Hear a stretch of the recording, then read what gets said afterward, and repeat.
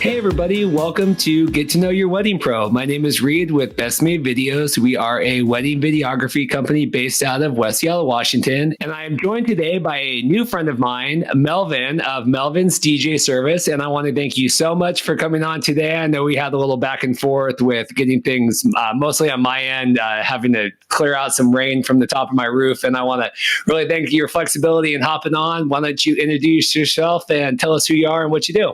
My name is Melvin. I currently reside in Vancouver, Washington. I am a DJ, and I've been for about the past 6 years now.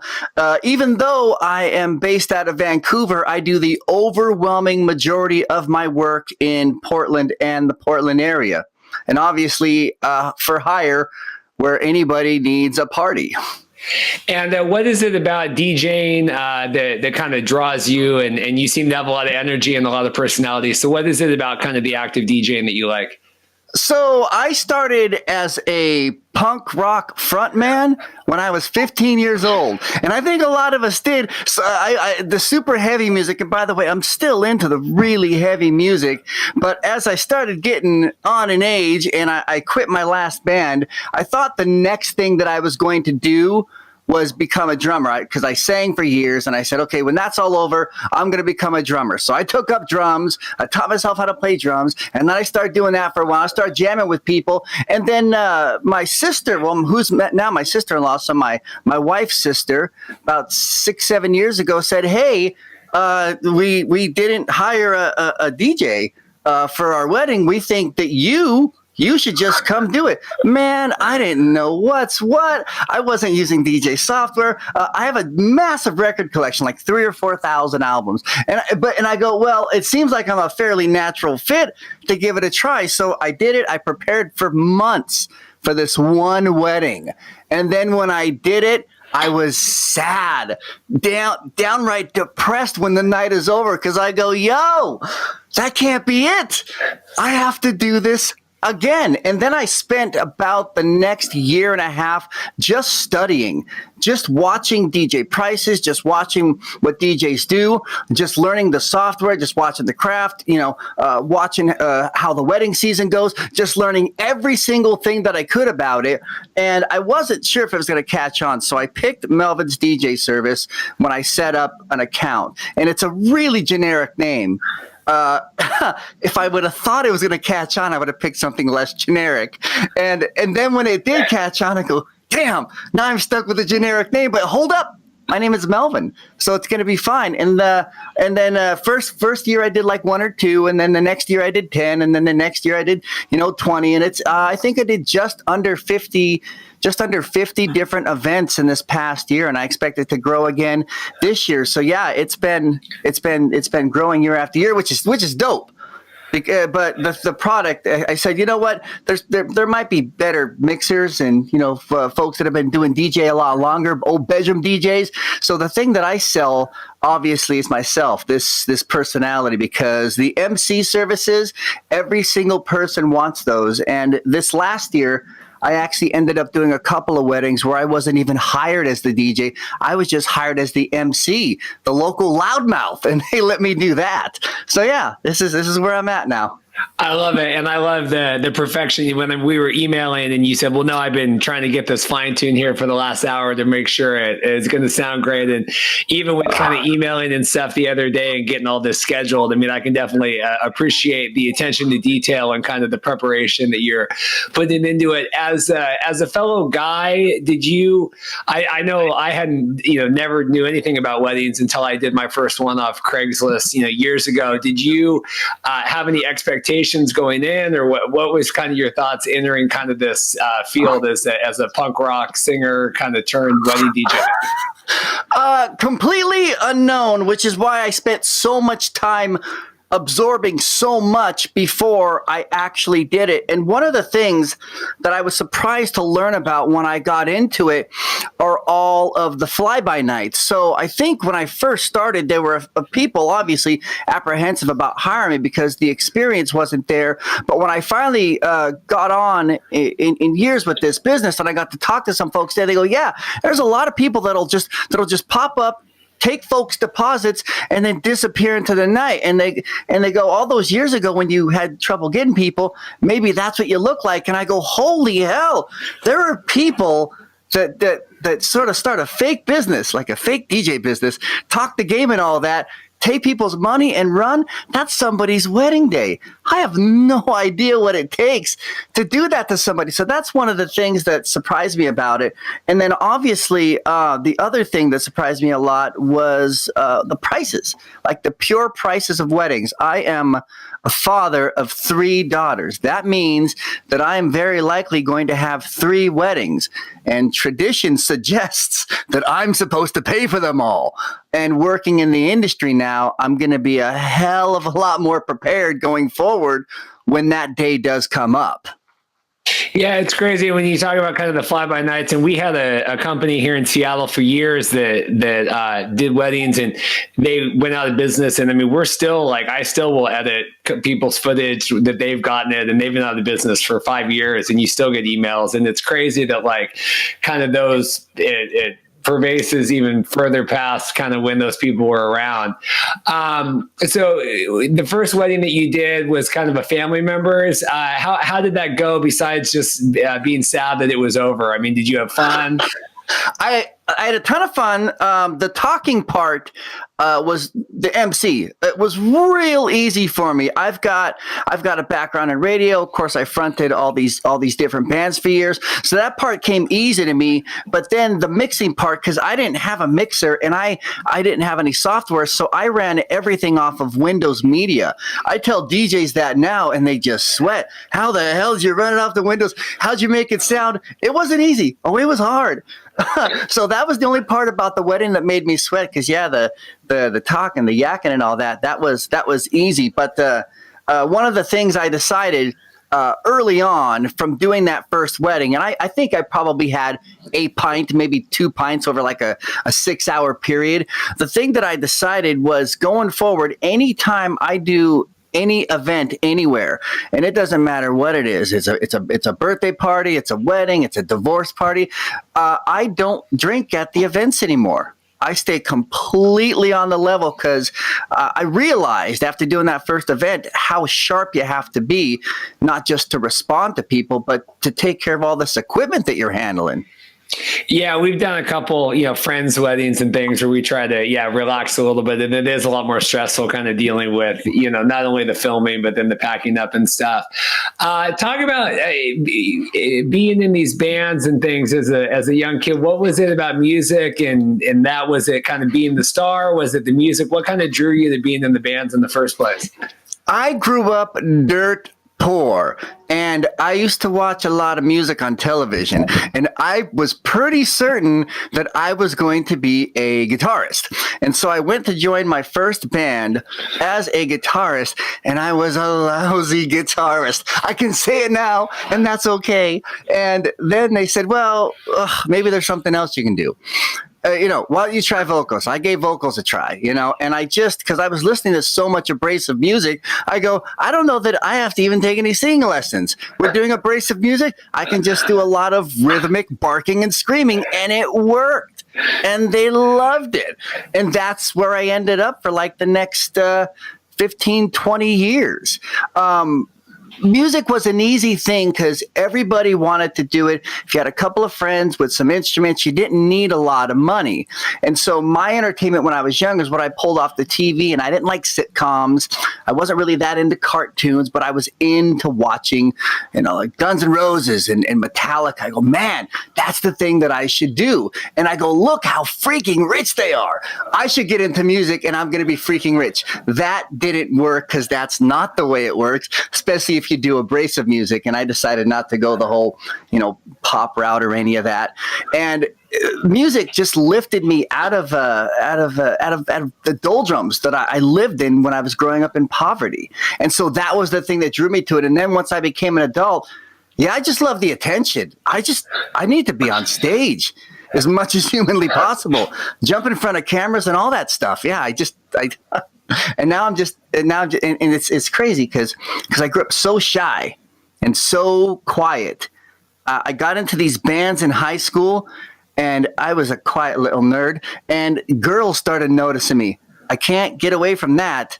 Yeah, that was a thing too. That made me dive in even deeper. Holy hell. Ladies like this?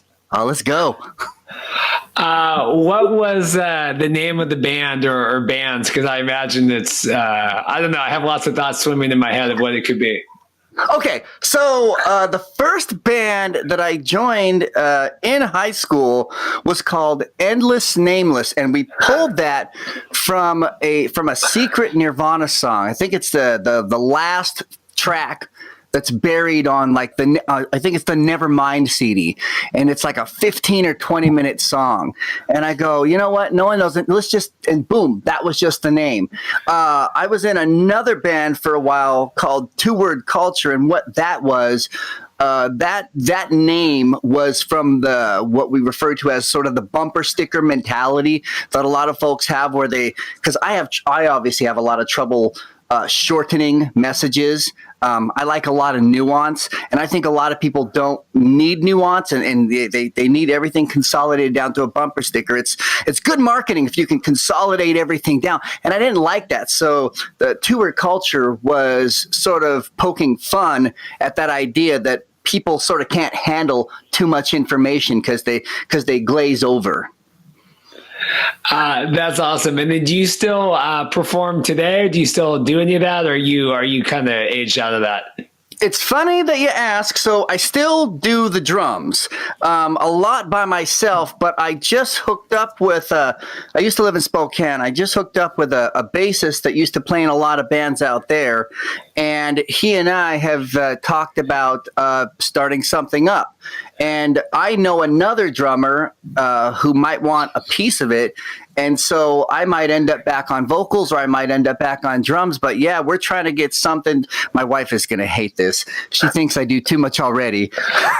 But she knows this dude because she's friends with him too.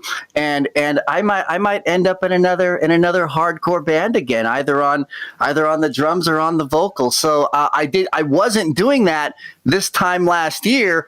But this year, I'm heading right back into it. I love it. That's awesome. You said you're from Spokane, or you lived there for a while. Are you originally from Spokane? No, I lived there for a long time. I was born in Montana, but raised largely in Southern California in the San Diego area. And I moved to Spokane when I was 15 because I met my dad for the very first time, and that's where he lived. I lived there for a few years, and then I moved away, and then I moved back, and then I'm glad I did because that was where I met my wife.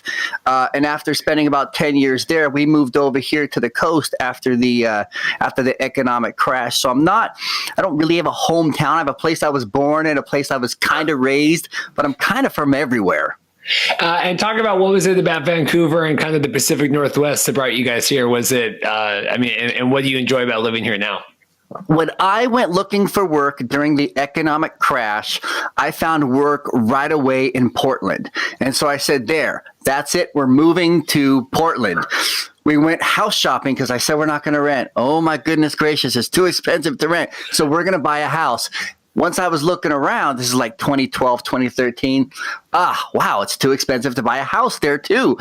Vancouver's right next door. It's on the Washington side. It's not even 5 minutes between them.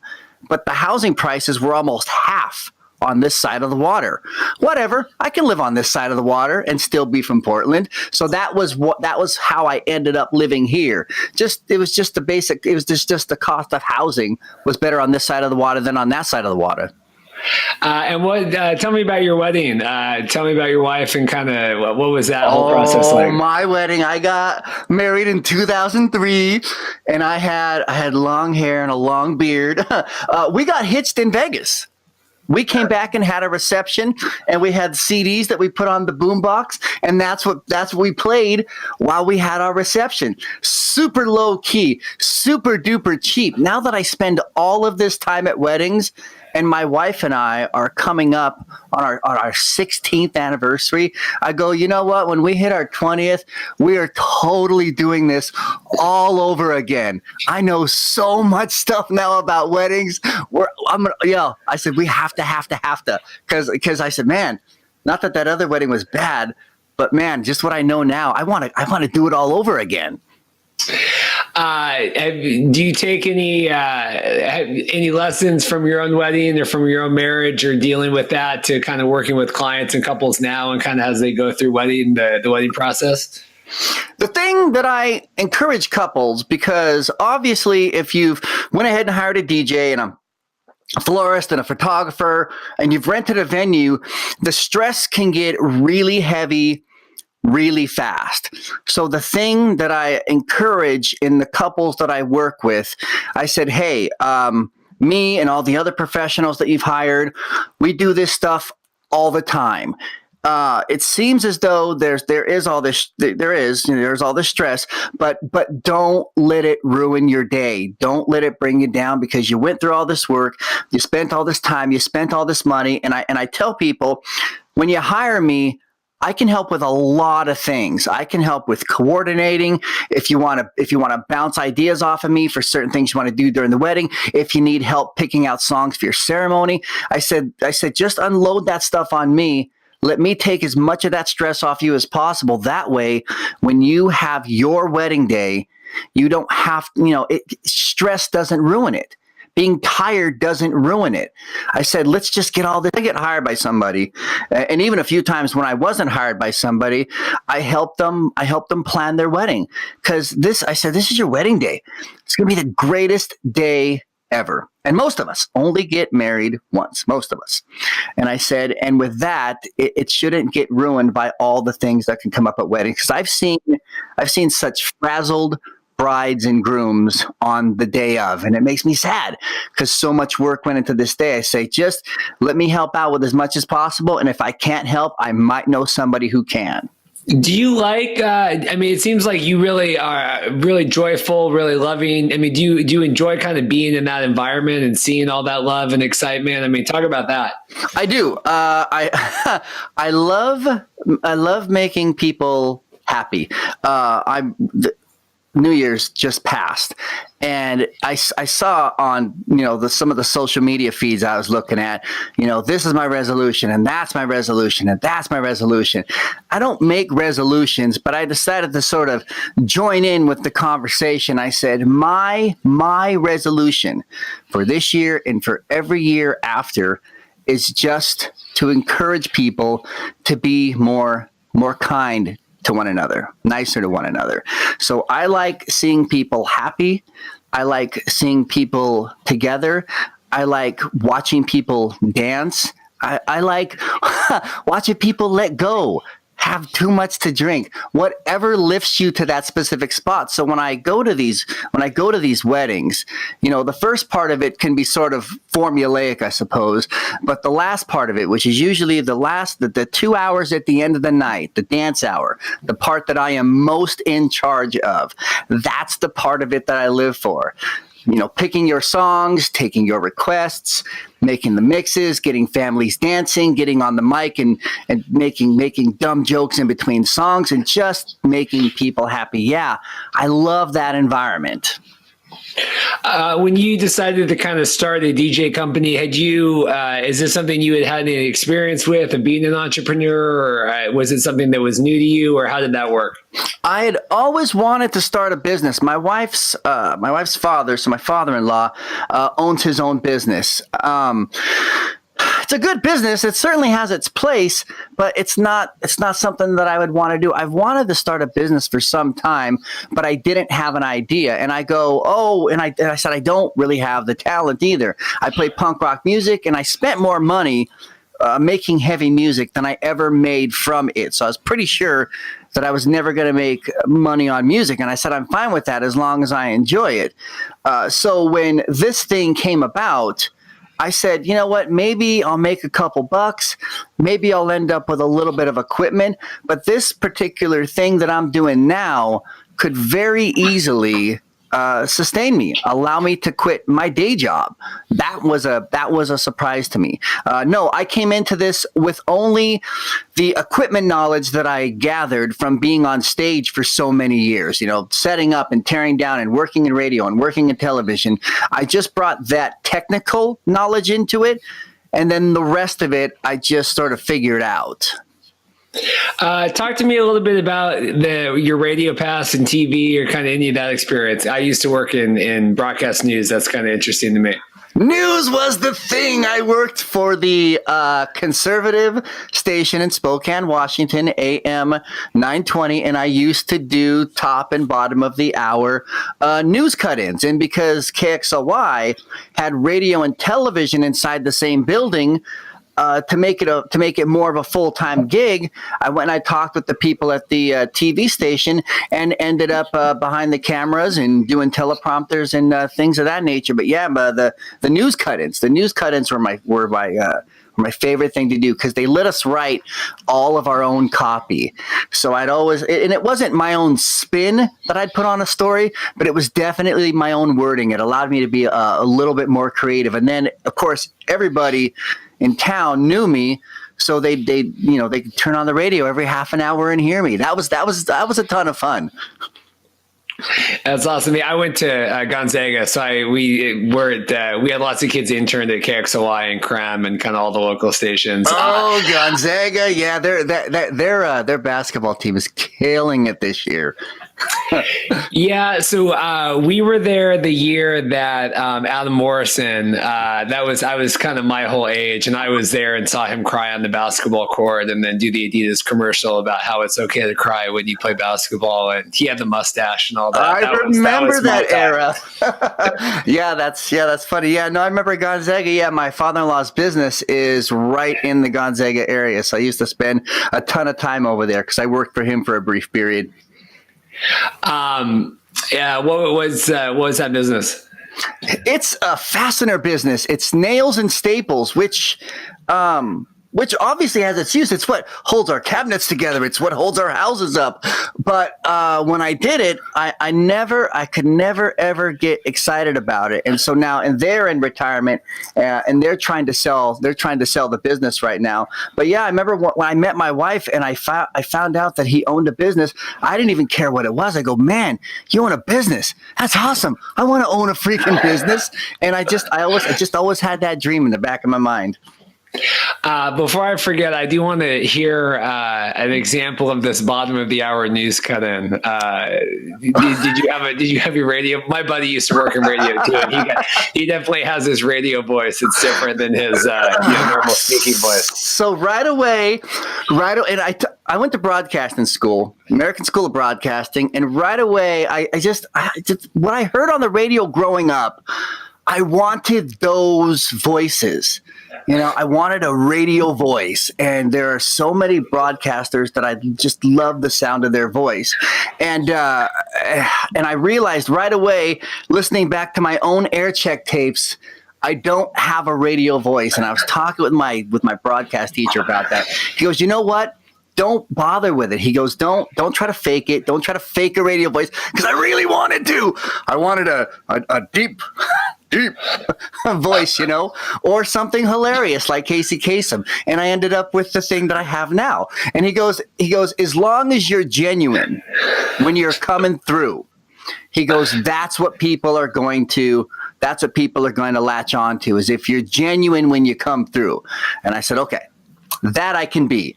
And I go, maybe if I start working out, maybe if I get a little taller, I can get a deeper. Just stop, he says. Just be natural. Just be yourself. That's really all they're looking for now. The radio voices in the days of old, that's not a thing. As long as you're yourself and you're real, people can relate to you, and you talk to them like one-on-one. When you're talking into a microphone, just talk like you're talking one-on-one. If you do that, you're going to do fine. And he was right. And it's funny. My wife listens to NPR every morning, and it's very forced to me to this day. Everyone sounds pretty forced on there. Oh, I can do my NPR impression. It's 5 past the hour. Coming up later on All Things Considered. Okay, so that part of it I did. That I can't stand. NPR delivers some good information, but when they trying to deliver it like this, it loses me so fast. I like voice inflection, and I suppose that's not their game. I think you can do anything, whether it be news, whether it be MC work. Even when I watch the nightly news, those people are goofing around with each other. It's not this starched shirt, stiff upper lip thing anymore. People just want someone that's real, and I don't understand the NPR delivery. And the only time I don't hear it when I'm listening to NPR is when I listen to Wait. Oh, good. Voice inflection. So that's the only show that I listen to on NPR now. Yeah, we listen to that. That's one that she saves for me for the road trips. No, I never. When I went to Gonzaga, we all had to shoot and edit, and you had to report. And so I think I've reported in exactly one package in my entire life, because that was the requirement I needed to graduate, because I hate how I look and sound. Nice. So moving to Portland and kind of starting this business, how did you kind of differentiate and help build that? And I think it's kind of hard, whether Seattle, Portland, kind of any major metropolitan, to kind of stand out as a new business, and especially a new DJ business. So the thing I noticed right away is, with DJs, everybody really wants to be a club DJ. So that was the first thing I looked at. And when I started asking around, a lot of folks go, oh yeah, there's a lot of club DJs. There's a lot of competition, and they go, but you got to make a name for yourself, and then you got to work for free or next to free, and it's all this other stuff, and it's these gigs that go, till like 2 or 3 in the morning, and I didn't care for that part of it. So I moved more over to this part of it where I get to run the whole thing. Now, there's still a ton of competition on this side of it, as opposed to, say, the club side of it. But the way I differentiate myself is obviously the thing that I'm doing here. I get people on the phone and I talk to them like I have known them forever, and then I do this voice, and it's very rare. I think it's happened out of, say over 100 clients. I've had maybe 2 where they didn't particularly care for my personality, and that's fine. I'm a grown man. I can handle that. I'm still like 98-2, which is a fine record. But yeah, there's a few people that hear it and they go, oh no, and I go, okay. They can hire somebody from NPR, fine, and I don't blame them. We don't want the wild and zany, and that's okay. But 98% of the time, this is the thing that separates me from the rest of the pack. The other thing that I tell folks is, I get a lot of folks that when they meet me, they go, what is your, how many have you canceled on? How many have you not been able to? And I go, 0. It's happened 0 times. It's never been a gig where I had to cancel for any reason. And I've had to do 2 events while I was sick. Nobody was the wiser, and I didn't have direct contact with anybody, but I still showed up because this is the thing that I committed to. About 20% of my business comes from cancellations, and it's usually people quit in the last week before the wedding. And so I one of the things I do is really try to put people's mind at ease about that. And that sort of goes back to the fly-by-night thing. And when I look up, and they won't always tell me who it was, but I'll ask. And when they do tell me, I'll look up who it was. And yeah, it was one of these fly-by-night operations. And I said, okay. So putting their mind at ease about, hey, no, I'm here. I'm always going to be here. And if I'm not here, I do have one other DJ that I work with, that I can kick over to you, if I'm not able to do it. But man, there's a pretty strong chance that even if I die, I'm going to be there just sort of lurching around on the ones and twos. When you first said that the 20% of your business comes from people who quit, I thought you were talking about like the couple, and I was going to say, no, DJs that quit. DJs that just, and some of them probably have legitimate reasons.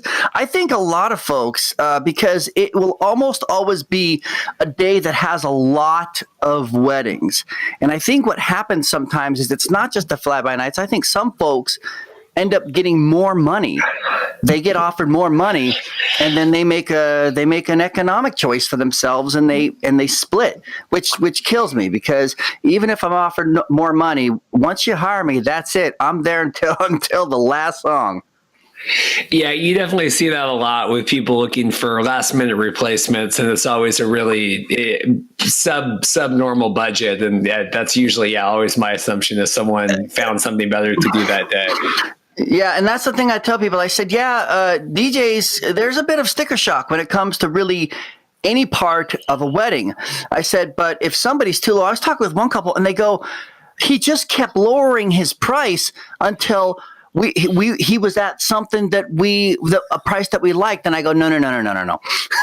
you can't do that. Cause I go, that should have been sort of the clue right there, that he wasn't going to be around. He just had to just get down to a point where he could get money from you, And I say, yeah, so it's not cheap, but the DJs that'll stick to a solid price, because the reason we have the price we have is because of the costs that are involved with this, whether it be equipment or maintenance or subscribing to DJ pools. We get our costs covered first, and if someone's willing to keep dropping their price till they get your money, that's a problem. There's a little bit of sketch there. Yeah, I literally just, I have it open here on the side of my computer. Before we got on, I've been messaging the girl, and she just said, oh, hey, we're getting married this summer, and it's a really popular date. Do you guys have any wiggle room? And it's like, not, oh, hey, I'm a friend of another bride, or my planner recommended you, or there's this connection or that connection. It's literally just like out of the blue. Hi, are you interested? Yeah, are you available this date? And do you have any wiggle room? And I thought, man, that's like, it's not, I just wouldn't walk into McDonald's and say, hi, I'd like a number one, but can you give me 20%? Like I said, if there's some sort of connection, I mean, I certainly understand, if it's a referral from a friend, and okay, sure, let's try to work. But it's that's always interesting to me. So yeah. Do you were talking about kind of the sticker shock, and do you spend, are you pretty good at kind of educating the couples in terms of like, why you cost and why the equipment and kind of all the insurance and backups and stuff? Do you feel you're pretty good about that? Absolutely. One of the things I noticed right away, cause I had, and I can relate, I had the same kind of shock, because I looked at some of the larger DJ companies here in town, like the clearing houses, where it'll be one company with like 8 or 10 DJs underneath it. And I looked at their pricing, and it's like $1,000 for 4 hours. And I go, oh, so that's just what they charge. So once I got into the actual, the inside baseball part of it, the nuts and bolts, I said, okay, I don't know how they're getting away with $1,000, but I think the price should be here. Now, where my price is at, it's not the lower end, but it's definitely not the high end. But I found a place in the middle where I'm making money and covering costs. And when I explain to people, oh, itch, that seems a little high, I say, well, just flip on your computer and go to the Google machine and punch in DJ, and those guys are way above what I'm doing. And I said, I'm just making sure that my costs are covered and that my time is paid for.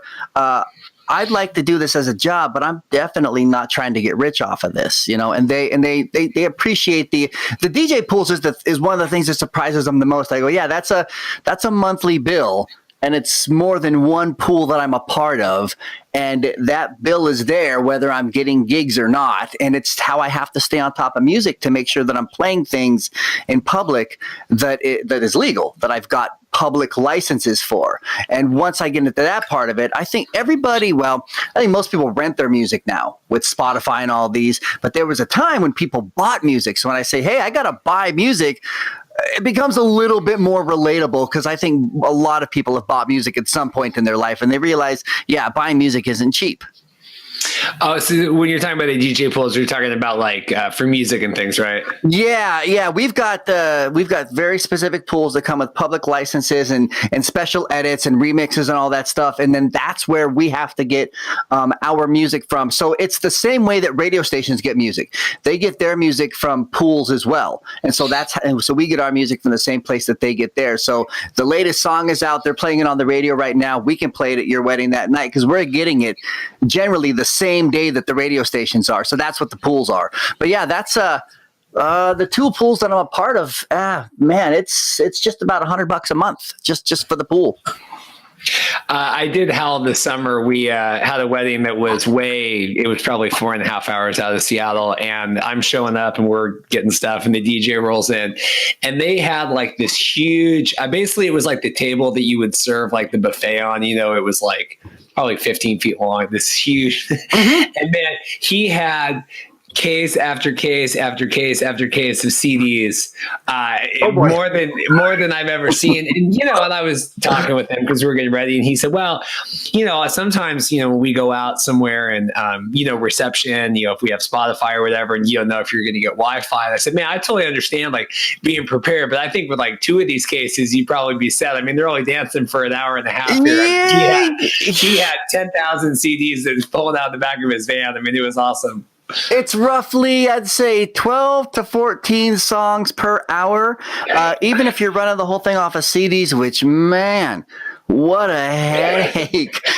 You don't need that many of them. I used to do a thing when I first started the business that separated me from other people. I would take the playlists from the night and I would press them all to CD, like on site. And I would hand those CDs, and it'd generally be like 3, 4, no more than like 6 CDs. It's just burned CDs. And I'd hand those to the couple at the end of the night. I say, "This is your soundtrack." And what I did with the CDs was at the first wedding I did, I made CDs as backups just in case I had any sort of computer problems. And then for the first number of weddings I did after that, I give these people these burned CDs of their playlists. And they, a lot of people loved it. And then some people just sort of side-eyed it. But so I quit doing it. But it was 6 was the most I ever CDs that I ever had to hand to a couple and go, "Here's your songs." Yeah, I love that. I think that's a fun idea. Is it tough kind of staying up on kind of the technology and stuff? I mean, I know that's something with videography that we struggle with. No, it's not. I don't know what the videography technology looks like, but for us, it's just a lot of computer tech, which I'm already super into. And the other thing that we spend a lot of time with is hard drive technology, because I've got several hard drives. I've got 2 that I take on the road with me. And then I've got a bunch of hard drives at home. So I've got multiple copies of all of my songs. And the technology with hard drives right now is getting insane. I've got a hard drive that's not much bigger than a cell phone that holds about 2 gigs. But there's one that just went up for sale right now that's the same size, like same physical size, that now holds 5 gigs. And I was reading on CNET that in like a year and a half, you're going to be able to fit like 20 gigs on that same size hard drive. So yeah, that's the kind of tech that we keep up with. But it's all audio. I couldn't imagine dealing with the visual side of it. Talk about kinds of the kind of couples that you attract and the people that like to work with you and that you like to work with. I like to work with really anybody. There's the only kinds of couples that I develop a fairly good relationship with all of my couples, and actually ended up friending one couple, and my wife and I still hang out with that couple. But I try to develop these great relationships with these couples over this time so that they can feel good and they can feel like they trust me. So just a good open line of communication is really the only thing I'm looking for in a couple. And I've had just a small handful of couples where it was really sort of pulling teeth getting anything. Song list, emails returned to me, communicating what they want. That particular thing I don't care for. But even with that, I still make sure to get everything that I at least assume that they want. So people don't have to be wild and jazz hands like I am, but I would just like if people, don't be afraid to say anything. If there's something you don't like, tell me you don't like it. I'm a grown man. I can handle it. If there's something you want, and I understand how personal weddings can get. If there's something you want, just say it. Man, this is your day. It doesn't matter what it is.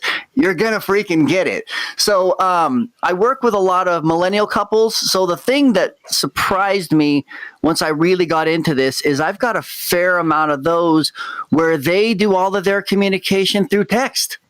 They might do an initial phone interview, but then everything after that is texting. I'll go like 5 or 6 months and all they do is text. I talk. I like to talk.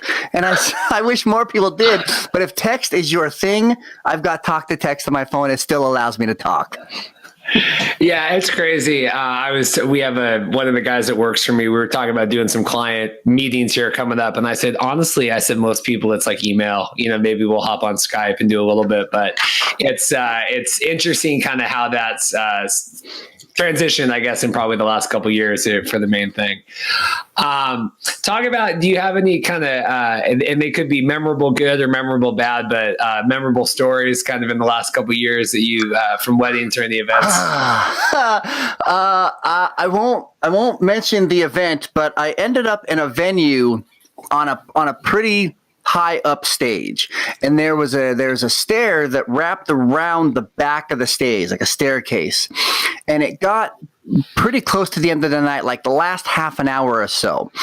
And I noticed a woman standing underneath the stage, and she was just sort of pushing her back up against the stage and just trying to look at me out of the corner of her eye. And I go, oh my goodness gracious, what is this going to be? And I had sight of her for a long time. And then all of a sudden I didn't. And I just felt her behind me. And I go, oh no, and this is, by the way, this is an event my wife was at. And she's watching me, and I have this woman behind me, and she grabs me, she turns me around, and she puts hands on me, puts her hand around my neck. Hey, baby, what do you want to do? Oh, no. This, of course, had to happen at an event. My beautiful bride is watching me from the audience. No. Oh, no. And the sad thing about this poor girl, she's drunk, just crazy drunk, and I can see it. No. I said, it's almost the end of the night, and you've got to come off the stage, dear, sort of help her down and all the rest, and I got to figure this out. And so that doesn't happen a lot, every so often. And I had a wedding a couple of weeks ago where at the end of the night, there was a couple folks that got into like play slapping. I don't know if you've ever, just slapping for fun. And I had this moment where I go, I should grab my phone and I should tape this. And I go, you know what? Even though I'm not used to seeing this is probably a thing that happens all the time, and the internet's full of this. So I just watched. I just played music while these people slapped the piss out of each other. It was so I get to have obviously a ton of fun. I clearly don't need television, because I've got all these events, but it's just, it's fun. It's fun being a part of it. And it's fun being the one that, I pack up the other night and I'm sober and I drive home and I feel great. I'll have a pint when I get home and I'll say, man, I got to tell you some stories, baby. And I've always got stories. What do you do when you're not DJing? I know you were talking about kind of working and then your wife and stuff. What keeps you busy when you're not spinning and doing that? When I'm not DJing, I've got 2 teenage daughters, so I do whatever they like to do. So it's the cold season right now. Sometimes we'll play basketball. I've got one of the girls that is interested in taking up an instrument right now, so I may or may not be the teacher for that. My wife and I have at least one date a week, and this is something that's never gone away for us. And I suggest this to couples when I'm talking to them too. I heard this quote just recently, and it's stuck with me because it was so spot on. And the quote was, "Date your wife, or somebody else will." And my wife and I have never, ever stopped dating. We get out at least once a week where we go someplace that's not home, someplace that doesn't have laundry, someplace that doesn't have dishes, someplace where nobody's pulling at our coattails, and we sit down and we have a pint and we just talk. Maybe we'll meet some people. Sometimes we do it 2 or 3 times a week, but it's always at least the once. So it's a pretty comfortable and pretty fun existence. And my wife and I have never, the way we felt when we got married is exactly the way we feel today. I know people will say that and it sounds good, but I go, oh, no. It's really just as good, if not better now than it was then. And I think part of that is because we never sort of stepped into the, all right, we're home, do the mundane things, watch the TV machine. go to bed, get up, go to work, We talk all day via text. And then make sure to have that date once a week. And we're never, ever bored with one another's company. It's just as new today as it was 16 years ago.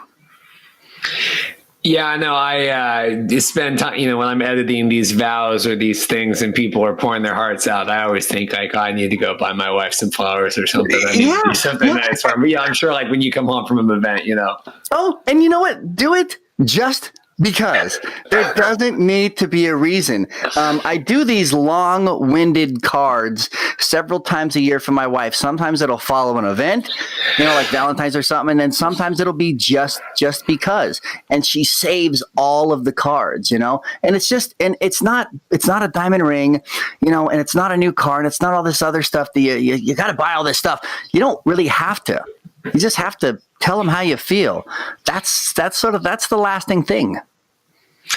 My wife is a huge card person. And when we got together, we've been together 6 years. I don't think I had given a card out, and we are not a card family. And now we are a card family because my wife is a card.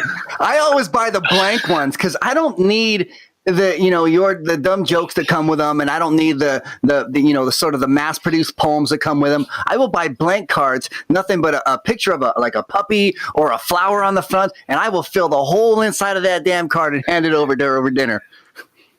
I will say, because we just did cards for Christmas, I do think the card industry is getting a little out of control. They were trying to market these cards that were $14. It was like $13.99. They were trying to market them as like hangable art, and I thought, man, that's a far cry from the $1.99 or whatever it used to be to send a card. Like they're not making enough money already, charging $4 for a piece of folded card.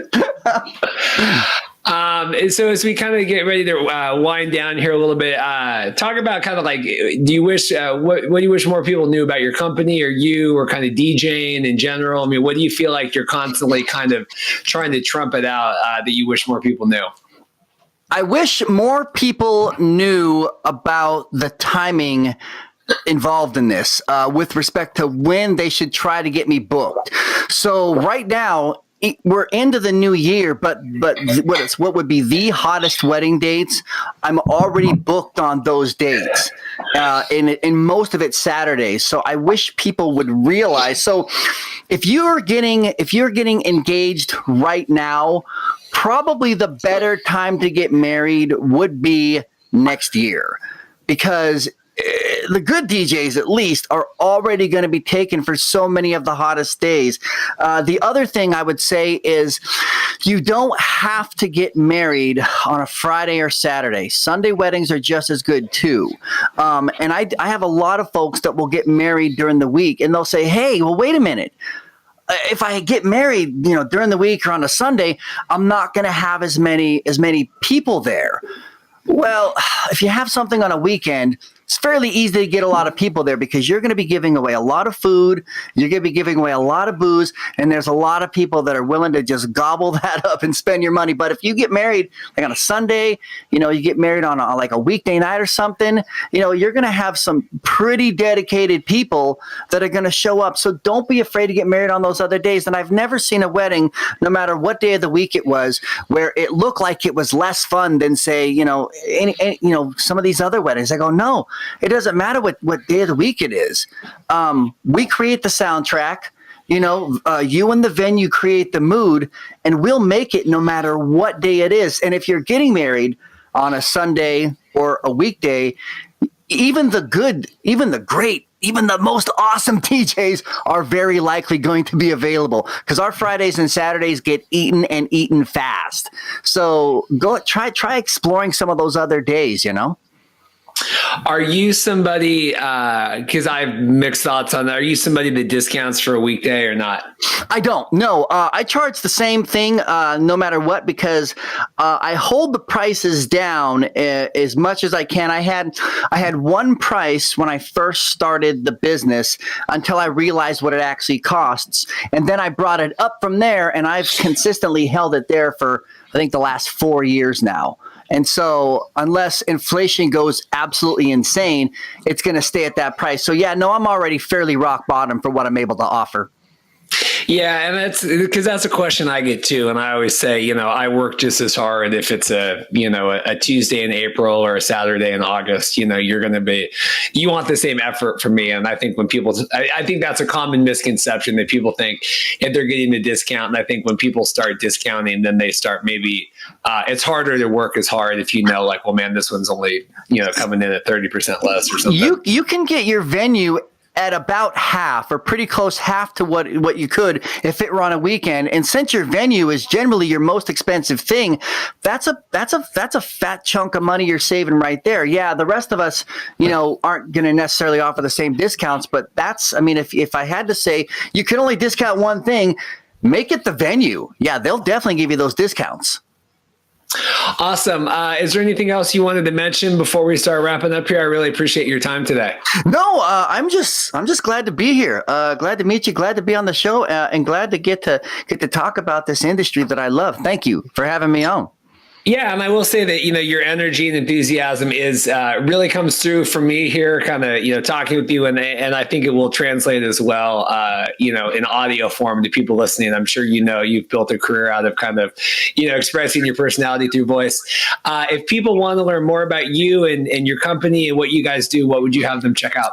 Melvin's DJ service on Facebook, djmelvinpdx.com. Those are the easiest and fastest ways to get a hold of me. And Melvin's DJ service never, ever closes. So no matter when you send me a message, unless it's the wee hours, you're very likely to get an immediate response. I've learned how important those immediate responses are. And I will concur with that. It's pretty immediate when trying to book this stuff. I want to thank you so much for coming on. This has been another episode of Get to Know Your Wedding Pro. Check back next week for another wedding vendor interview. Thank you so much. Thank you.